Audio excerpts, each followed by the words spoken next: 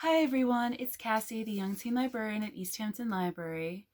Tonight we are continuing reading through The Hobbit, and we are continuing with the final chapter, Chapter 19, The Last Stage. It was on May the 1st that the two came back at last to the brink of the Valley of Rivendell, where stood the last, or the first, homely house. Again it was evening. Their ponies were tired, especially the one that carried the baggage, and they all felt in need of rest. As they rode down the steep path, Bilbo heard the elves still singing in the trees, as if they had not stopped since he left. And as soon as the riders came down into the lowest glades of the wood, they burst into a song of much the same kind as before. This is something like it. The dragon is withered, his bones are now crumbled, his armor is shivered, his splendor is humbled.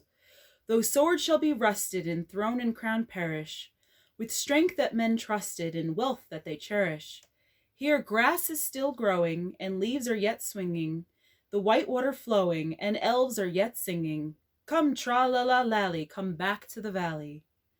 The stars are far brighter than gems without measure, the moon is far whiter than silver and treasure. The fire is more shining on hearth in the gloaming than gold won by mining, so why go a-roaming? Oh, tra-la-la-lally, come back to the valley. Oh, where are you going, so late in returning? The river is flowing, the stars are all burning. Oh, whither so laden, so sad and so dreary? Here elf and elf maiden now welcome the weary. With tra-la-la-lally, come back to the valley. Tra-la-la-lally, fa-la-la-lally, fa-la. Then the elves of the valley came out and greeted them and led them across the water to the house of Elrond. There a warm welcome was made them, and there were many eager ears that evening to hear the tale of their adventures. Gandalf it was who spoke, for Bilbo was fallen quiet and drowsy. Most of the tale he knew, for he had been in it, and had himself told much of it to the wizard on their homeward journey, or in the house of Beorn. But every now and again he would open one eye and listen, when a part of the story which he did not yet know came in. It was in this way that he learned where Gandalf had been to, for he overheard the words of the wizard to Elrond. It appeared that Gandalf had been to a great council of the White Wizards, masters of lore and good magic, and that they had at last driven the necromancer from his dark hold in the south of Mirkwood.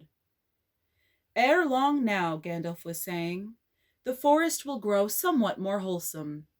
The north will be freed from that horror for many long years, I hope. Yet I wish he were banished from the world. It would be well indeed, said Elrond, but I fear that will not come about in this age of the world, or for many after. When the tale of their journeyings was told, there were other tales and yet more tales, tales of long ago, and tales of new things, and tales of no time at all, till Bilbo's head fell forward on his chest, and he snored comfortably in a corner. He woke to find himself in a white bed, and the moon shining through an open window. Below it many elves were singing loud and clear on the banks of the stream. Sing all ye joyful, now sing all together. The wind's in the treetop, the wind's in the heather. The stars are in blossom, the moon is in flower, and bright are the windows of night in her tower. Dance all ye joyful, now dance all together. Soft is the grass, and let foot be like feather. The river is silver, the shadows are fleeting. Merry is Maytime, and merry our greeting. Sing we now softly, in dreams let us weave him. Wind him in slumber, and there let us leave him. The wanderer sleepeth, now soft be his pillow. Lullaby, lullaby, alder and willow. Sigh no more pine till the wind of the morn. Fall moon, dark be the land. Hush, hush, oak, ash, and thorn. Hushed be all water till dawn is at hand. Well, merry people, said Bilbo, looking out, what time by the moon is this? Your lullaby would waken a drunken goblin, yet I thank you. And your snores would waken a stone dragon, "Yet we thank you," they answered with laughter. "It is drawing towards dawn, and you have slept now since the night's beginning. Tomorrow, perhaps, you will be cured of weariness." "A little sleep does a great cure in the house of Elrond," said he, "but I will take all the cure I can get. A second good night, fair friends." And with that he went back to bed and slept till late morning. Weariness fell from him soon in that house, and he had many a merry jest and dance, early and late, with the elves of the valley. Yet even that place could not long delay him now, and he thought always of his own home. After a week, therefore, he said farewell to Elrond, and giving him such small gifts as he would accept, he rode away with Gandalf. Even as they left the valley, the sky darkened in the west before them, and wind and rain came up to meet them. "Merry is Maytime," said Bilbo, as the rain beat into his face. "But our back is to legends, and we are coming home. I suppose this is the first taste of it." "There is a long road yet," said Gandalf. "But it is the last road," said Bilbo. They came to the river that marked the very edge of the borderland of the wild, and to the ford beneath the steep bank, which you may remember. The water was swollen both with the melting of the snows at the approach of summer, and with the day-long rain, but they crossed with some difficulty, and pressed forward as evening fell on the last stage of their journey. This was much as it had been before, except that the company was smaller and more silent. Also this time there were no trolls. At each point on the road, Bilbo recalled the happenings and the words of a year ago. It seemed to him more like 10, so that, of course, he quickly noted the place where the pony had fallen in the river, and they had turned aside for their nasty adventure with Tom and Bert and Bill. Not far from the road they found the gold of the trolls, which they had buried, still hidden and untouched.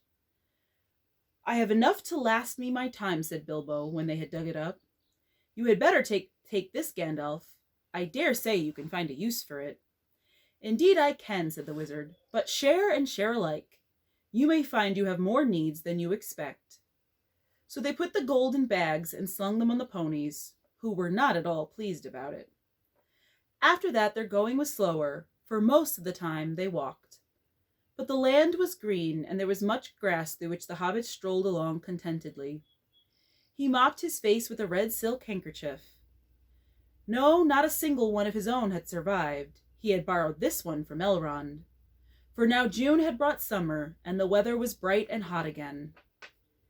As all things come to an end, even this story, a day came at last when they were in sight of the country where Bilbo had been born and bred, where the shapes of the land and of the trees were as well known to him as his hands and toes.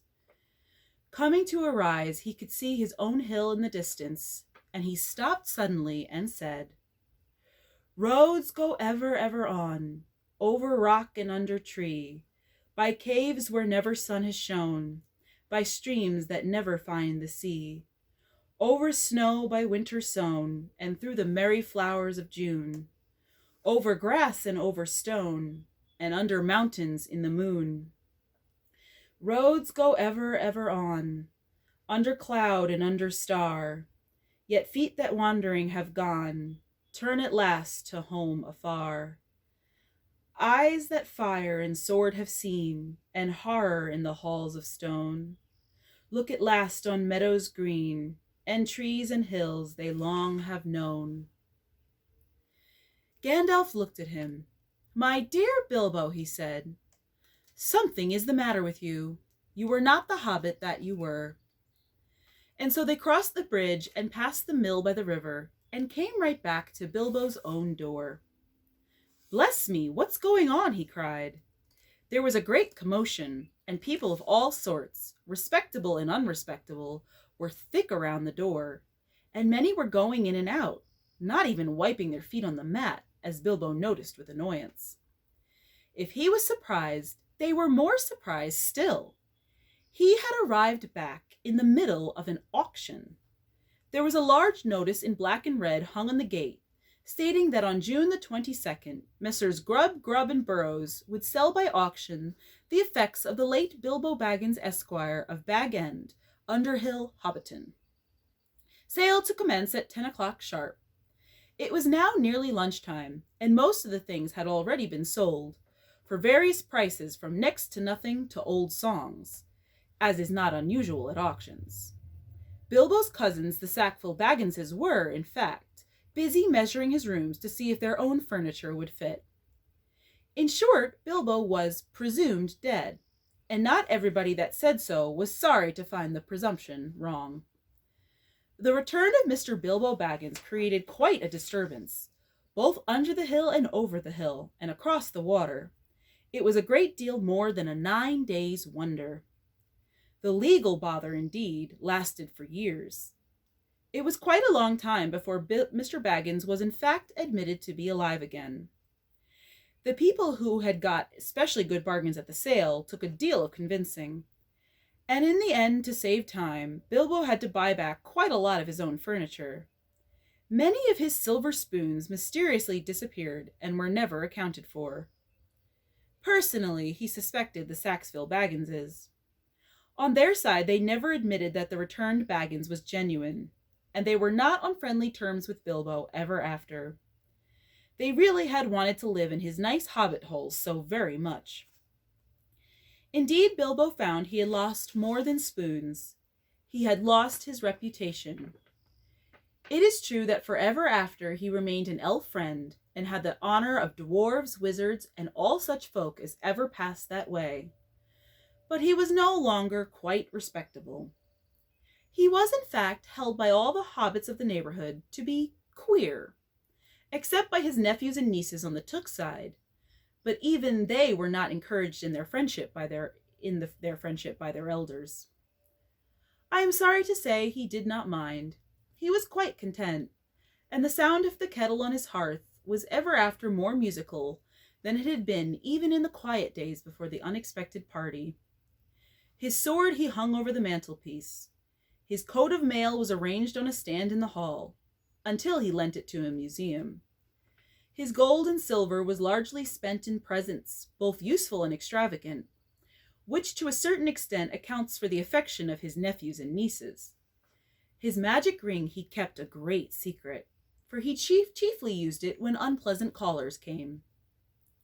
He took to writing poetry and visiting the elves, and though many shook their heads and touched their foreheads and said, "Poor old Baggins," and though few believed any of his tales, he remained very happy to the end of his days, and those were extraordinarily long.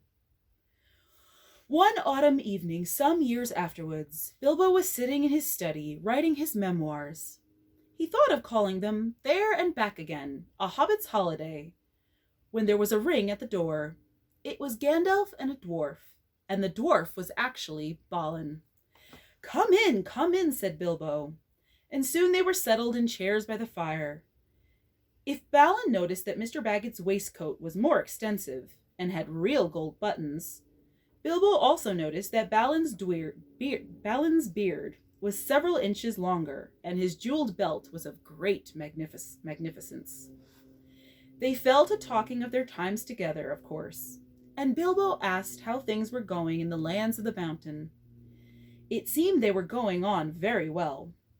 Bard had rebuilt the town and dale, and men had gathered to him from the lake and from south and west, and all the valley had become tilled again and rich, and the desolation was now filled with birds and blossoms in spring and fruit and feasting in autumn. And Laketown was refounded and was more prosperous than ever, and much wealth went up and down the running river, and there was friendship in those parts between elves and dwarves and men. The old master had come to a bad end. Bard had given him much gold for the help of the lake people, but being of the kind that easily catches such disease, he fell under the dragon sickness, and took most of the gold and fled with it, and died of starvation in the waste, deserted by his companions.